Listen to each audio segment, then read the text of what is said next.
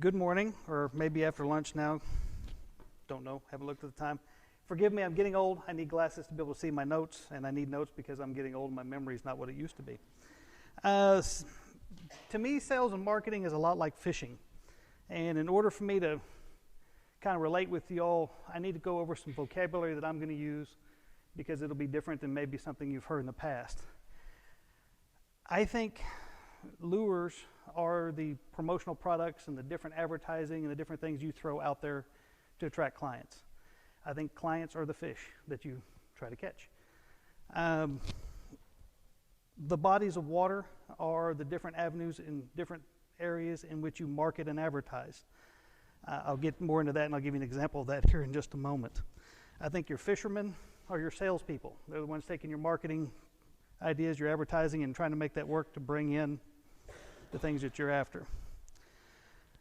I think if you're lucky enough to have a marketing person on your staff, that is your fishing guide. They're going to tell you, hey, these are the lures to throw at these fish at this particular areas, because they have some expertise to do that. And of course, everybody has a tackle box, and I'll be going over that in just a second, talking about the files. My example, DeLisi Park every year stocks trout in their little pond. The Department of Wildlife and one of the local banks, who's not a member of the chamber, I did look, shame on us, helps sponsor this, and they stock trout for 2 months every year. I consider that to be a lot like a trade show. It's a specific fish in a specific area for a specific amount of time. Trade shows the same way. People gather for a day or two at a time, specifically for specific items. So hopefully that helps you understand how I look at marketing. Some things I'm going to cover today. Number one, what's in your tackle box? Number two, are your lures attractive to your fish? And three, keeping the logo simple, which she was kind of alluding to there.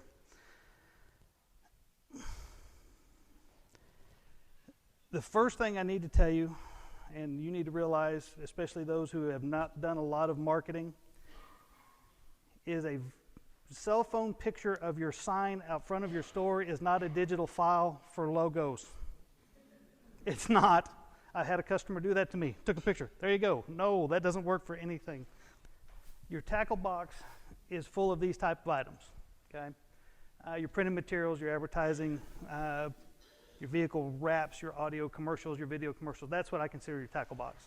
Part of that tackle box needs to be your digital files, and those are the ones that are most important to what I do.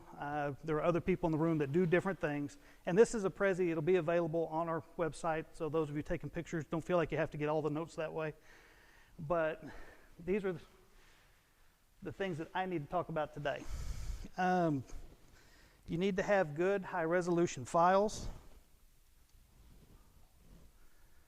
And in my world, the most usable ones are the AI, EPS, PDF, PSD. Those are what we call vector files. The other ones have their uses, just not necessarily good for what I do. It's okay. Hit it one more time. The difference in some of these is vector and raster.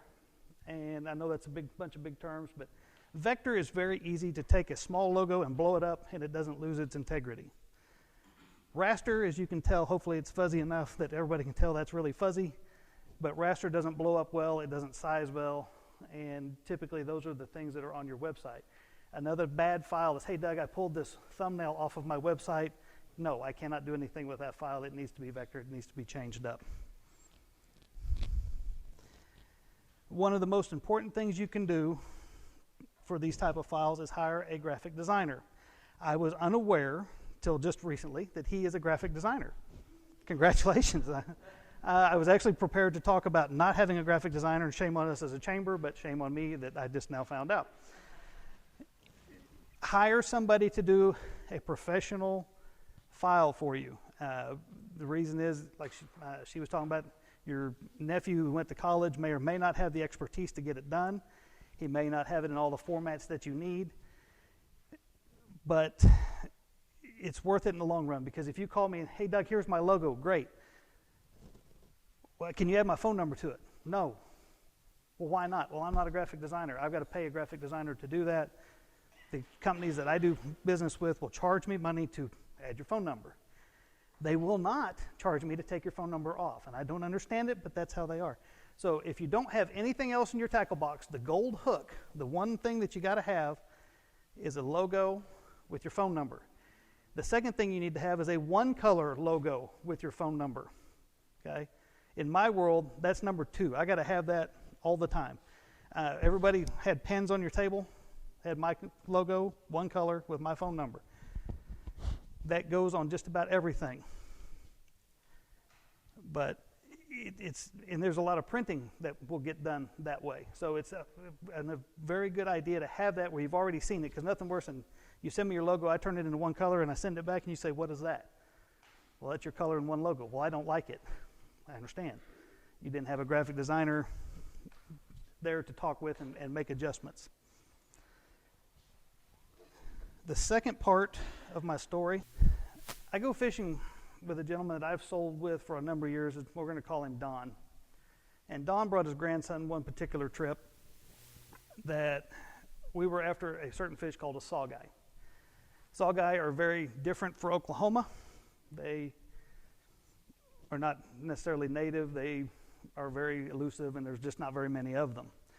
Well, we get out there and we start fishing, and I hook up his grandson with the minnow, and I hook up my pole with the minnow, and Don's old and Don's hard-headed, and Don said, I'm using a worm. Go ahead. His grandson and I catch fish all day.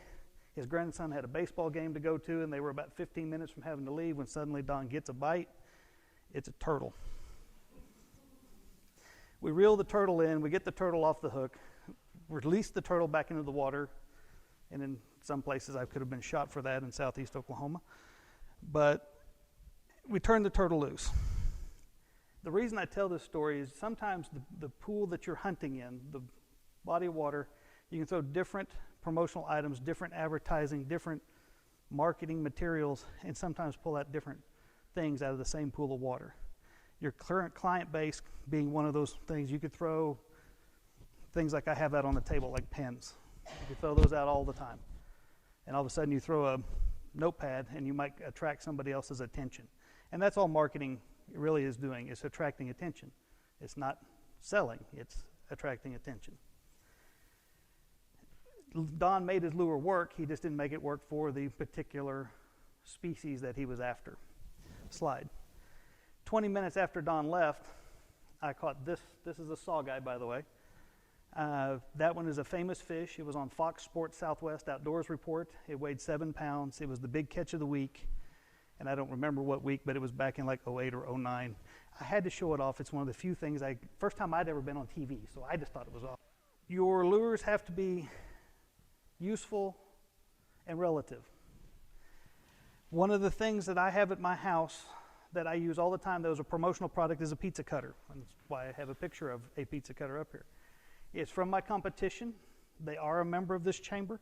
They are not here today, and I've looked to make sure. But I still use it 3 times a month. As you can tell, I like to eat. I make homemade pizza at least twice a month and one frozen along the way. At my wife's request, who used to work for Pizza Hut. But every time I pull it out, I think, man, I've got to get some of these. I need more of these items to get out because I use this. So make your things relative, make them useful. You know, think about what you have at the house. What do you have that you've used around the house that has somebody else's logo on it? Is there anything? Something maybe used around the office. Some of you are using those things right now today. The pens, the notepads. I don't know if you all saw these some of you have seen these on your table. This holds your cell phones, holds your business cards on the back of your cell phone. You can also pop it, and now you can watch your video. You can set your phone up like this, etc. But make them useful, make them beneficial. Everybody's carrying a cell phone nowadays. Dentists do a very good job of this. Every time you go to the dentist's office, they're handing you a toothbrush, they're handing you mouthwash, they're handing you floss with their logo on it. And it's very useful. It helps all of our breath stay nice and fresh and all of our teeth all nice and shiny. The problem is they probably should be handing out Snickers bars because it would draw them up more business. I had a client that I did some shirts for just recently that when I brought them the shirts, they said, "Ooh, it feels like a patch," their logo on the stitching. And upon further inspection, it really did. And patches can be a good thing, but you don't try to, you need a patch instead of stitching on a shirt when it becomes much like that shield on the bottom left side there. The reason is you've got probably 30 or 40,000 times that needle's poking through that shirt, trying to put some more thread in there, and it disforms the shirt. It will really mess up a shirt. So if you're going to have that type of logo, and I don't recommend them, I like them simple, I would definitely say use a patch. Keep logos simple. Remember I talked about the one color and the multicolor. My logo, and I put it up there for a quick second. I tried to use a very few amount of colors, but that were bright. I tried to use it very minimally as far as what I wanted on there, but it's something that can evolve over time. If you look at McDonald's started with the M, the golden arches, somewhere around 62, and has evolved now where if you just see the M, the two golden arches, you know exactly who we're talking about. Eventually, I'd like to get known that way around Oklahoma City. It's just going to take 20 or 30, 40, 50 years. Hopefully, not quite that long. The reason you try to make it where just the logo part can be done is it's easier to identify. If you're running down the highway at 90 miles an hour and you see the golden arches, you don't have to read McDonald's. You know immediately that's McDonald's. If you see on TV now the circle with the blue lines going through it, looks like the world, that's AT&T. Pepsi's gone to the blue and white, and I know that symbol just by seeing it. Coke, you see the little ribbon, the red, I know that's Coke. I don't have to read Coca-Cola on there. Eventually, the logo can take over the wording.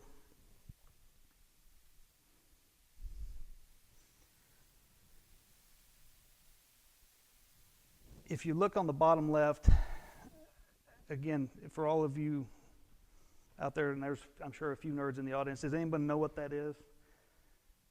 That is from Harry Potter. That is the shield for Hogwarts School. Nobody laughed, okay. No nerds in the room except me. But if I was going to stitch that on a shirt, I would advise them to just do the H. I wouldn't have the whole shield. In summary, some things that I want to make sure that you got. Update your files on your logos, your artwork. Make it where it's useful, not just for me, but for other things, printing and TV and website and all that. Slide, sorry. Make your lures useful. Make sure that what you're handing out is relevant to your audience, to the situation. Use a graphic designer.